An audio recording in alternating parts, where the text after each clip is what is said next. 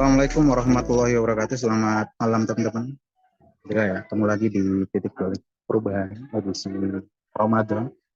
Sebelum kita awali kelas kita malam ini, mari kita berdoa terlebih dahulu sebagai wujud kesyukuran atas nikmat, rahmat dan kepahaman dalam titik kelas kita malam ini. Berdoa silakan. A'udzubillahi minasyaitonirrajim. Bismillahirrahmanirrahim. Rabbi zidna ilma warzuqna fahma birahmatika ya arhamar rahimin. Amin. Bang Jago, monggo. Yeay.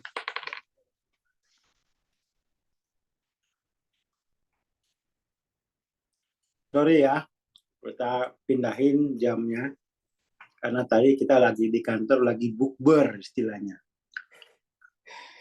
sama tim wirid PCI, tim divisi wirid-wiritan. Kita ada tiap sore itu kita wirid hataman bisa sampai 100.000.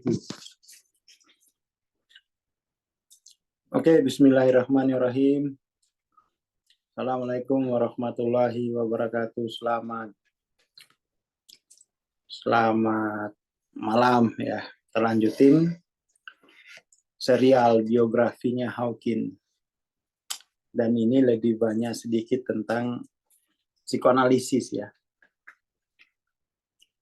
Oedipus kompleks adalah konfirmasi psikologis yang sangat kuat di dalam unconscious.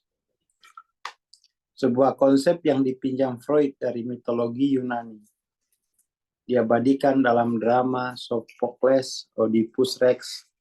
Kompleks ini didefinisikan oleh keinginan masa kecil untuk memberontak terhadap citra ayah dan secara inses kembali ke ibu. Jadi teorinya itu kurang lebih, kan aku itu terjebak di kolam libido gitu kan. Lalu apa itu? Objeknya nanti kan ke ibu. Tetapi di situ ada penghalangnya yaitu ayah. Teorinya gitu dia. Ayah itu menjadi penghalang dari objek libido itu tadi. Bagi Freud, kompleks Oedipus menandai tahap penting dalam perkembangan psikoseksual individu yang sering ditekan bahkan pada orang yang seimbang secara mental. Pada suatu hari Hawking berbaring di sofa analis, ketakutan dengan denyut nadi 120. Hampir tidak bisa bernapas atau berbicara. Dia melaporkan mimpi dibunuh oleh singa. Sementara seorang wanita berdiri di latar belakang. Pada saat Hawking mengingat mimpi buruk itu, ketakutan yang mengerikan menguasainya. Ketika Ovesey bertanya kepadanya apa yang dia pikir yang dilambangkan oleh singa itu, Hawking berkata bahwa ia tidak dapat memikirkan apapun selain hewan yang sangat berbahaya yang dapat membunuh Anda. Analis dengan tenang bertanya kepada Hawking, siapa nama saya? Hawking menjawab, Lionel Singa. Kebetulan rekan-rekan Lionel Ovesey juga memanggilnya Singa.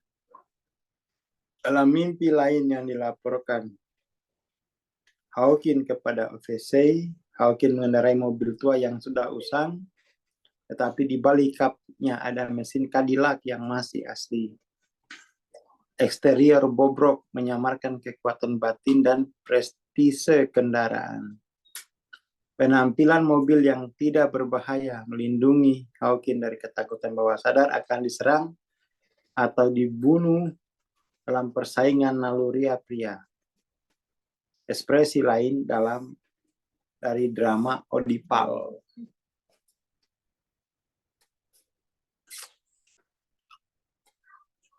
Saya dulu waktu jadi analisan itu juga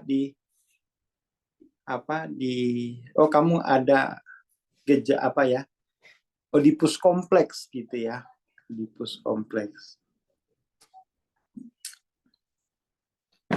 Tiba-tiba saat berada di sofa singa, serangan kecemasan menjadi parah karena Hawking telah memproyeksikan citra ayah ke analisnya. Hawking kemudian melihat bagaimana dia telah memproyeksikan ketakutan kompetitif ke semua laki-laki. Masalah di akar Oedipus kompleks. Neurosis dan semua gejala terkait menghilang, dan dia mengatakan bahwa dia pulih dari kecermatan obsesif kompulsif selama beberapa dekade dan konflik psikologisnya berkurang atau menghilang, dan juga kesulitannya yang berhubungan dengan pria lain. Menurut Hawking, psikoanalisisnya berhasil. Tapi gini, untuk mengatasi konflik dengan orang lain itu kan, kalau dimensi kelima itu, semua orang itu adalah sisi-sisi kemanusiaan kita sendiri kan. Semua orang itu adalah orang dalam atau orang pada aku kan. Jadi kompetitif itu kan karena posisi fragmentatif orang per orang kan, dan aku menghayati posisi fragmentatif tadi kan. Tapi ketika aku adalah yang melampaui semua orang, maka semua orang itu adalah orang pada aku gitu. Orang pada aku.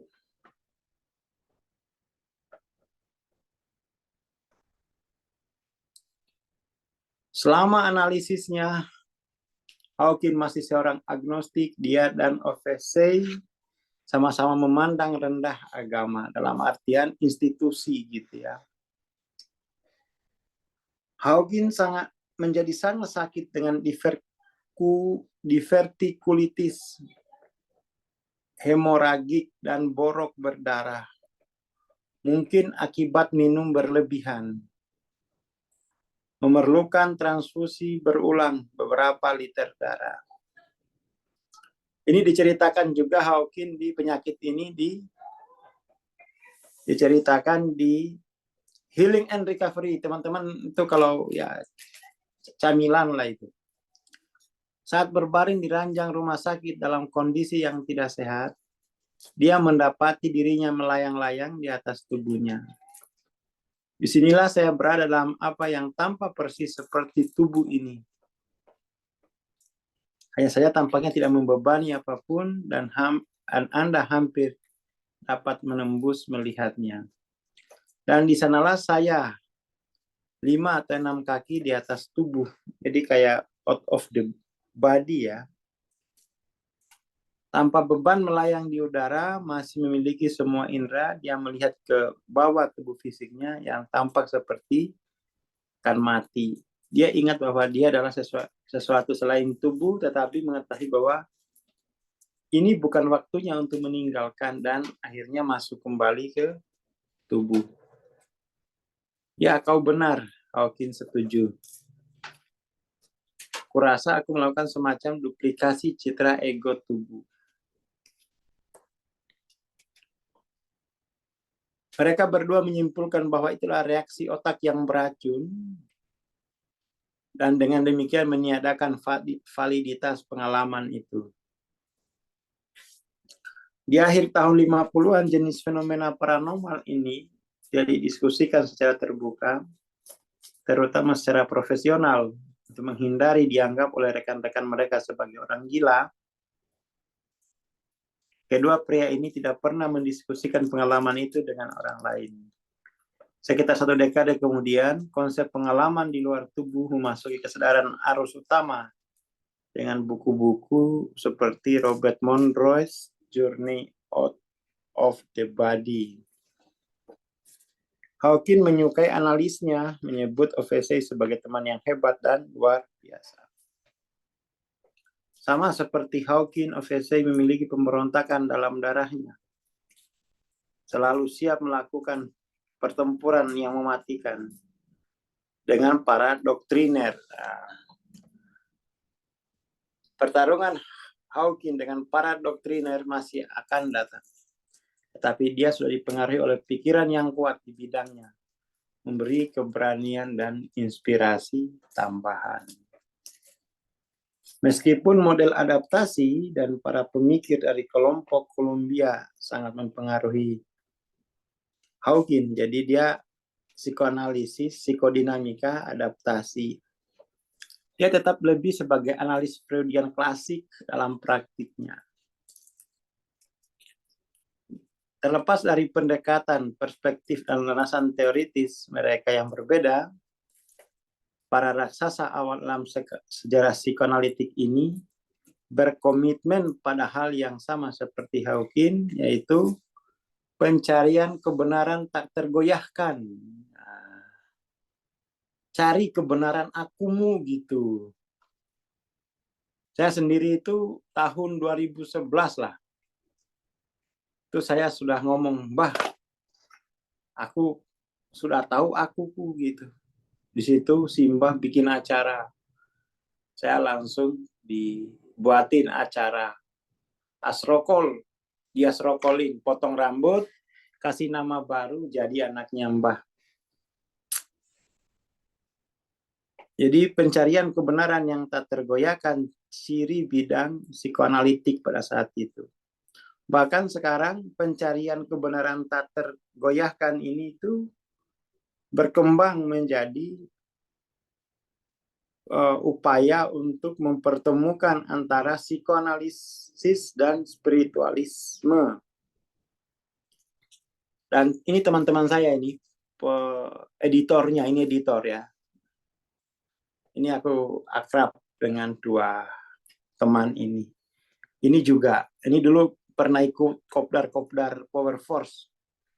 Pak Fauzan ini dosen, kalau nggak salah adalah doktor, dan ngajar di IAIN Tulung Agung kalau nggak salah. Kalau ini temannya Jenny. Kalau Pak Farun ini guru psikoanalisis. Gurunya.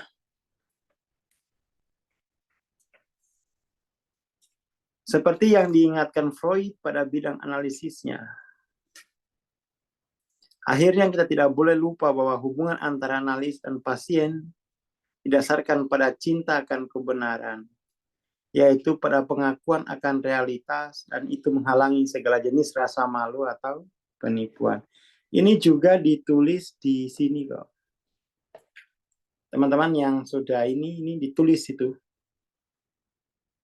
Ditulis di prolognya bahwa hubungan antara analis dengan analisan itu hubungan yang sama-sama didasarkan pada pengungkapan akan kebenaran diri. Jadi pengakuan akan realitas. Seperti itu. Jadi realitas itu harus ya diakui. Meskipun Hawking masih belum menemukan jawaban yang dia cari, dia memperdalam pemahamannya tentang pikiran dan hubungannya dengan dunia. Oke, itu ya. Jadi pencarian akan kebenaran itu ke psikoanalisis. Dan gini, psikoanalisis itu memang paling ini ya, paling terkenal di Barat. Paling terkenal. Jadi untuk menemukan kebenaran diri ini semacam toriko. Semacam toriko sekuler di Barat. Di sini itu ditulis bahwa itu psikoanalisis ini kayak semacam toriko sekuler. Mana tuh ya? Ada di sini ditulis. Nah ini. Jadi buku ini adalah langkah untuk mengakselerasi wasiat Freud pada profesi psikoanalisis. Jadi psikoanalisis itu digambarkan sebagai profesi pendeta jiwa sekuler, artinya non-religius, tapi kamu menguasai jiwa. Yang tidak harus dokter dan tidak harus pendeta. Ini kamu nih. Teman-teman yang sudah mentoring itu kan nanti profesi ahli jiwa tapi tidak melalui jalur katakan jalur-jalur tradisional. Tidak harus juga melalui jalur akademik, tapi pakai jalurnya PCI. Tapi saya sendiri itu jalurnya kan Toriko. Sanad saya itu ke Mbah Hadi. Sanad ilmunya. Sanad Bayat Torikone ke Mbah Ahmad. Gitu. Wah, Jenny sekarang proyek di Insos, Jenny udah. Bentar lagi Jenny kayak beli mobil itu. Untuk 100 lebih muridnya, yang mau belajar baru 1. Jiwanya itu punya kemampuan gampang gitu. Jadi teman-teman tuh belajar belajar kayak mentoring gitu itu ya ini bahwa profesi pendeta jiwa sekuler non religius. Tapi itu kan istilah mereka ya. Kalau kita kan justru spiritualitas itu ditemukan dalam agama. Tapi yang mau kita lihat itu adalah pencarian Hawking gitu loh. Dan di sana itu memang kalau mau ketemu jiwa, carinya di psikoanalisis. Sekarang kita masuk bab 5, udah mau selesai ini. Pengaruh-pengaruh awal. Sementara pemahaman Hawking tentang jiwa diperdalam dengan analisis, residensi psikiatris, dan pelatihan lainnya, kecanduan alkoholnya memburuk. Nah, ini Simbah ini. Memburuk. Pada saat itu dia menganggap alkoholisme sebagai kutukan. Dalam retrospeksi, dia merasa itu adalah berkah yang luar biasa, karena ketika dia mencari ketenangan, dia bertemu dengan beberapa jiwa luar biasa yang memengaruhi arah masa depannya. Jadi kecanduannya itu mendorong dia untuk terus mengetahui hakikat di balik kebiasaan buruknya yang ini bisa menghancurkan seluruh hidupnya. Alkohol kok. Alkohol. Nah, kita menghormati Hawking itu karena kegigihannya untuk menemukan kebenaran dirinya. Lah kita ini apa karena sudah merasa sudah di kolom KTP-nya sudah ditulis beragama, tapi tidak ada spirit secara kolektif ya. Kalau teman-teman di sini kan saya yakin lah, bukan yakin, terbukti. Ini teman-teman di sini kan yang punya kegigihan untuk menemukan diri sejatinya kan. Makanya ikut aja. Tetapi ini kan seberapa sih yang 200 dari 108 sekarang berapa? 180 juta itu kan tidak seberapanya gitu ya. Serpihannya pun nggak sampai. Ini aja 200 ini masih ketambahan Malaysia. Kalau nggak ketambahan Malaysia, berat kita mau ke 500 itu. Sangat-sangat berat. Jum paling banyak kita itu 300. Itu udah ini banget. Gitu. Kemudian dia bertemu dengan bacaan kayaknya. Bill W. dan Alcoholics Anonymous. Ini pasiennya Jung.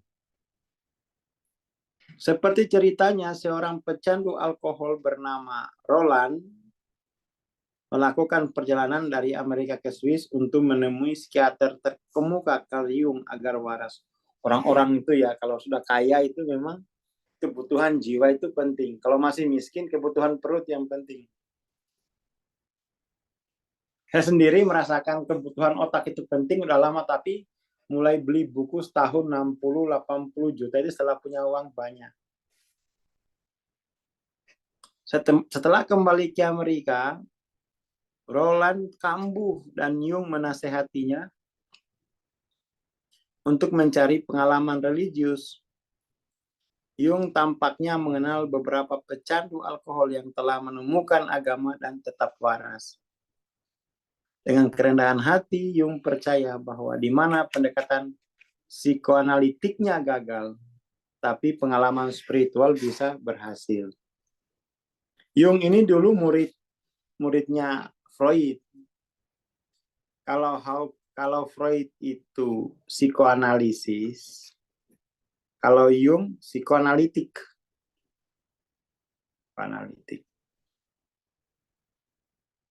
Roland bergabung dengan Oxford Group, sebuah gerakan self-help ya, berbasis Kristen yang populer di mana ia menemukan kewarasan. Roland memberitahu temannya Abby tentang hal itu dan Abby juga mencapai kewarasan. Abby memperkenalkan Bill Wilson, seorang pecandu alkohol yang putus asa, ke Oxford Group, yang menyebabkan kewarasan Wilson dan inspirasi untuk Alkoholik Anonymous. Jadi waktu itu di Eropa tuh memang dia depresi kultural ya, tahun-tahun setelah Perang Dunia Kedua lah. Jadi generasinya itu dikopio sama alkohol. Seorang pecandu alkohol sejak pelayanannya dalam Perang Dunia ke-1, Wilson, atau lebih dikenal dengan Bill Wilson, telah dirawat di rumah sakit berkali-kali, tidak dapat menghentikan kecanduannya meskipun upaya terbaiknya dan dukungan penuh kasih sayang dari istrinya.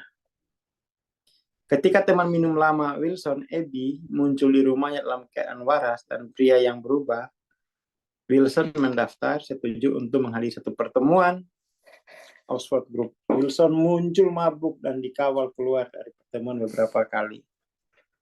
Ya kalau cuma kecanduan gampang, transendensi aja.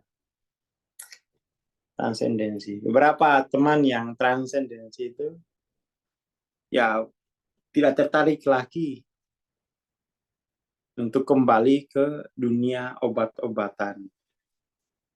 Kenapa? Dia udah tahu akunya itu nggak mau lagi terjebak di kolam libido kan. Nggak mau. Untuk keempat kalinya, Wilson memeriksa diri ke Towns Hospital, sebuah institusi yang menghususkan diri dalam perawatan alkoholisme dan kecanduan narkoba yang dipimpin oleh William D. Silkworth.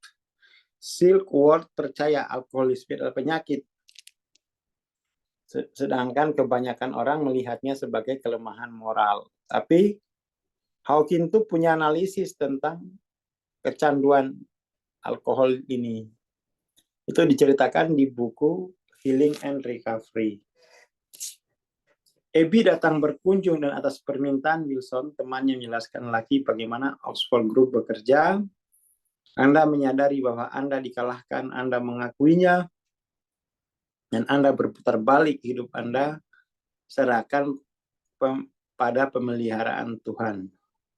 Melampaui dirinya sendiri, merasa bersalah menyesal atas perilakunya, terutama pada istrinya, Wilson merasa putus asa. Dia tahu ketika dia meninggalkan rumah sakit, dia akan mulai minum lagi. Keinginannya sendiri tidak cukup kuat untuk berhenti. Willpower-nya nggak cukup. Abby telah menyebutkan perlunya menyerahkan pikiran intelektual kepada yang tidak diketahui, gitu ya. Jadi untuk melampaui kecanduan itu bisa di 540, bisa di 600. Ada loh yang kecanduan narkoba itu udah enggak. Tetapi bagaimana mungkin seorang pria yang sangat cerdas dan analitis, yang menghargai rasionalitas dan sains, itu bisa melepaskan intelek. Parahnya lagi, Abby mengklaim transformasinya terjadi karena Tuhan, bukan ulahnya sendiri. Pikiran itu membuat Wilson semakin tidak nyaman, tetapi Abby menunjukkan bahwa Wilson dapat menciptakan gagasannya sendiri tentang Tuhan. Ide utamanya adalah untuk menyerah pada kekuatan yang lebih besar dari diri sendiri, dari aku yang terjebak pada kolam libido, kolam kekuasaan, maupun kolam nalar. Dengan ini Wilson beresonansi. Di saat putus asa ditambah dengan kesediaan rendah hati untuk memiliki kekuatan yang lebih tinggi memasuki hidupnya, Wilson memutuskan saya akan melakukan apa saja. Jika ada tabib agung, saya akan memanggilnya. Kemudian tanpa iman atau tanpa harapan, Wilson berteriak, jika memang ada Tuhan, biarkan dia menunjukkan dirinya. Jadi mulai masuk ke wilayah spiritual. Wilson seperti yang mereka katakan telah mencapai titik terendah dan dia butuh apapun lah kekuatan yang melampaui akunya di level tertentu itu. Ruangan yang dipenuhi cahaya dan kehadiran yang kuat melenyapkan teror dari momen sebelumnya. Bagi Wilson, pengalaman spiritual ini secara batiniah membuktikan keberadaan Tuhan. Meskipun selama sisa hidupnya dia mempertanyakan agama. Dia bersikeras bahwa Alcoholics Anonymous menjadi program spiritual, bukan program religius. Keterbukaan ini dan penggunaan istilah-istilah seperti kekuatan yang lebih tinggi,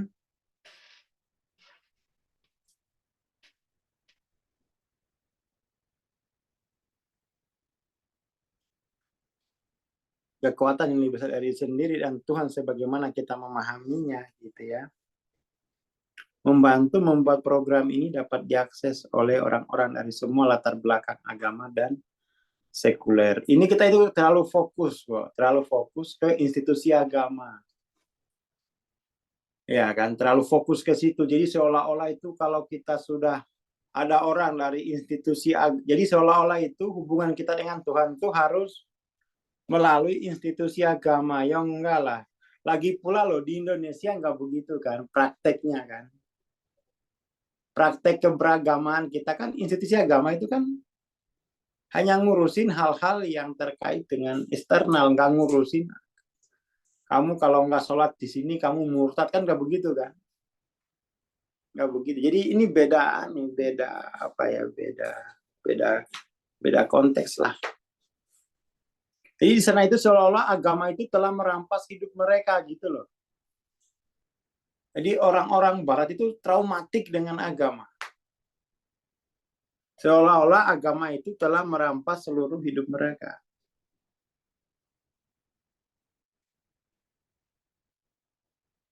Seperti itu.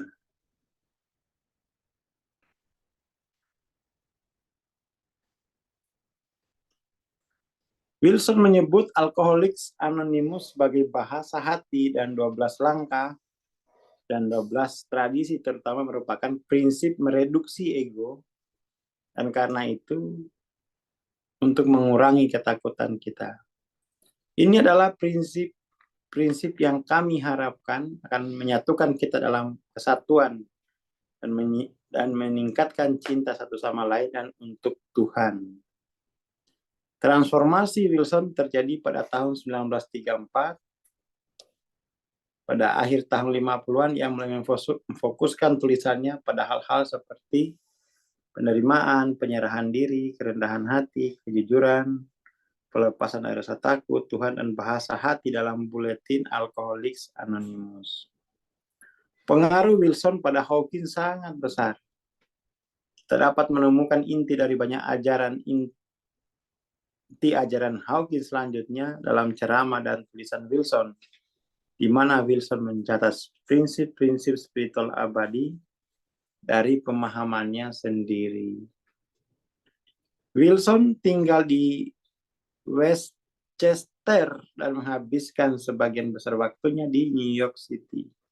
Hawkins bertemu Wilson sekitar tahun 60-an dan akhirnya mengadopsi pria itu sebagai mentornya, membentuk persahabatan persaudaraan dan berkolaborasi dalam berbagai proyek sepanjang tahun 60-an. Wilson yang lebih dari 30 tahun lebih tua dari Hawkins memiliki pengaruh kuat pada banyak aspek dunia Hawkins. Dengan Wilson lah Hawkins menjelajahi domain psikis. Dengan Wilson, Hawkins bertemu dengan mentor spiritualnya yang lain, yaitu Helen Wynne. Coba kita lihat ya, Helen Wynne. Helen Wynne. cari. Helen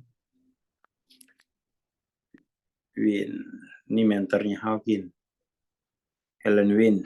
Ada bukunya nggak ya?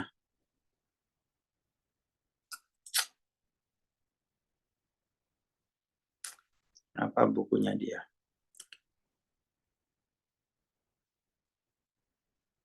Dia artis.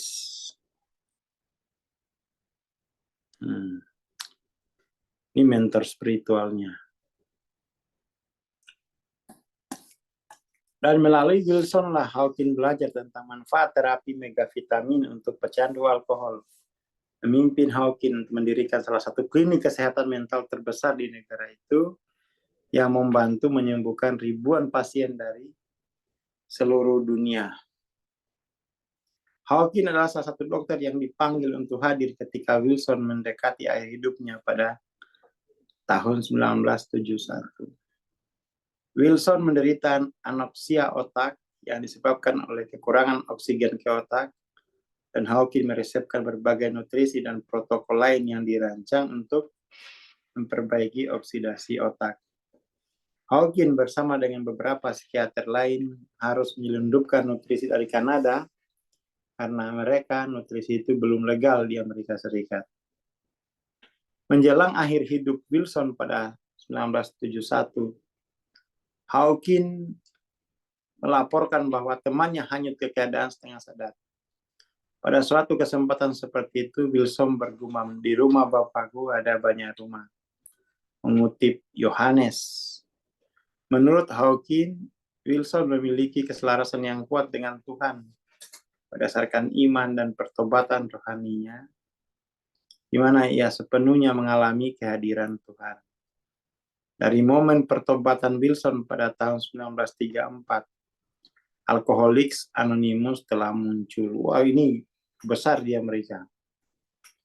Kedalaman pengalaman Wilson membuat Hawking berharap bahwa dia juga dapat mengalami kehadiran Tuhan dan mencapai kebenaran hakiki meskipun dia tetap skeptis. Jadi Hawking ini juga dipengaruhi teman-temannya ya. Pada tahun 1960, setelah menyelesaikan analisisnya dengan VC, Hawking mencari pengobatan untuk alkoholismenya dari psikiatri lainnya, yaitu Harry Tiebout. Tak tuntaskan sampai jam 9 ya. Tapi pasti panjang ya. Ya udahlah, nanti kita lanjutkan besok saja. Udah ngantuk. Terima kasih, selamat malam. Assalamualaikum warahmatullahi wabarakatuh. Waalaikumsalam warahmatullahi wabarakatuh. Terima kasih Bang Aswar. Terima kasih teman-teman. Insya Allah kita sambung besok pagi ya. Ditunggu aja informasi dan pengumuman itu. Dan bagi teman-teman mau menyimak ulang rekaman kelasnya, bisa kunjungi di channel YouTube Evolusi Jiwa ya. Jangan lupa like dan komennya. Terima kasih. Kita bertemu besok pagi insya Allah. Assalamualaikum warahmatullahi wabarakatuh. Selamat malam dan selamat beristirahat.